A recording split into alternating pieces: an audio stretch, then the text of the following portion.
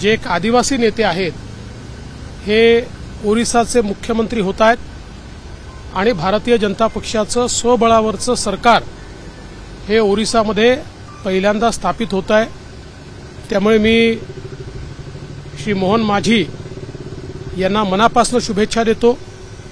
माननीय पंतप्रधान नरेंद्र मोदीजी यांचं देखील मनापासून अभिनंदन करतो की त्यांनी केवळ हे राज्य निवडून आणलं एवढंच नाही तर एक अतिशय सुयोग्य अशा आदिवासी नेत्याला या राज्याचं त्या ठिकाणी मुख्यमंत्रीपद दिलं।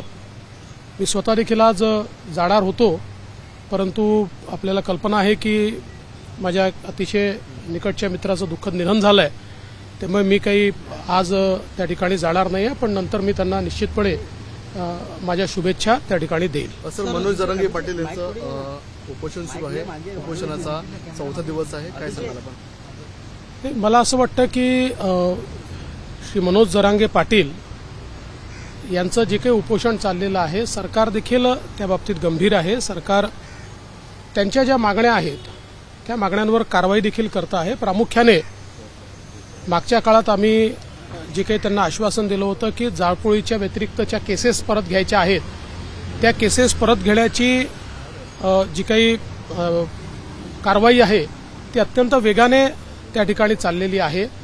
आणि त्याचसोबत त्यांचा जो मुख्य मुद्दा आहे सगळ्या सोयऱ्यांचा, त्या संदर्भात देखील आपल्याला माहिती आहे की शासनाने पहिलं नोटिफिकेशन हे जारी केलेलं आहे।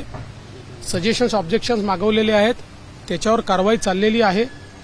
आणि या संदर्भात मी स्वतः देखील ओबीसी नेत्यांशी चर्चा सुरू केलेली आहे।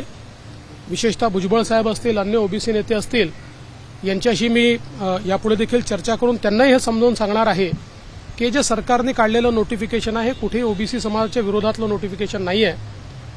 किंबहुना ज्यांच्याकडे कुणबी दाखला आहे त्यांना या ठिकाणी आपल्याला आजही सर्टिफिकेट देता येतं आणि सर्वोच्च न्यायालयाने रक्त्या नात्याच्या संदर्भातले जे काही निकष ठरवून दिलेले आहेत त्या निकषात बसणारच अशा प्रकारचं हे नोटिफिकेशन आहे। त्यामुळे हे नोटिफिकेशन जर निघालं तर त्याचा कुठेही ओबीसी समाजावर अन्याय होणार नाही अशा प्रकारची चर्चा ही आता ओबीसी समाजाशी देखील आम्ही करणार आहोत आणि त्यातनं मार्ग काढण्याचा आमचा प्रयत्न आहे।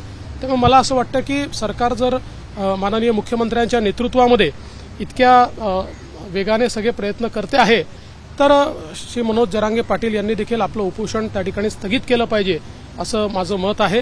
आणि निश्चितपणे ज्या काही मराठा समाजाच्या इतरही मागण्या आहेत त्या मागण्यांवर सरकारने नेहमी पॉझिटिव्ह भूमिका घेतली आहे। सरकार मराठा समाजाच्या संदर्भात संवेदनशीलही आहे आणि पॉझिटिव्ह आहे। त्यामुळे मला असं वाटतं की निश्चितपणे या संदर्भात सर्व ओबीसी नेत्यांना त्या ठिकाणी विश्वासात घेऊन त्यांना आम्ही पटवून देऊ आणि जेवढ्या लवकरात लवकर करता येईल तेवढ्या लवकरात लवकर ही कारवाई आम्ही पूर्ण करू। एबीपी माझा, उघडा डोळे बघा नीट।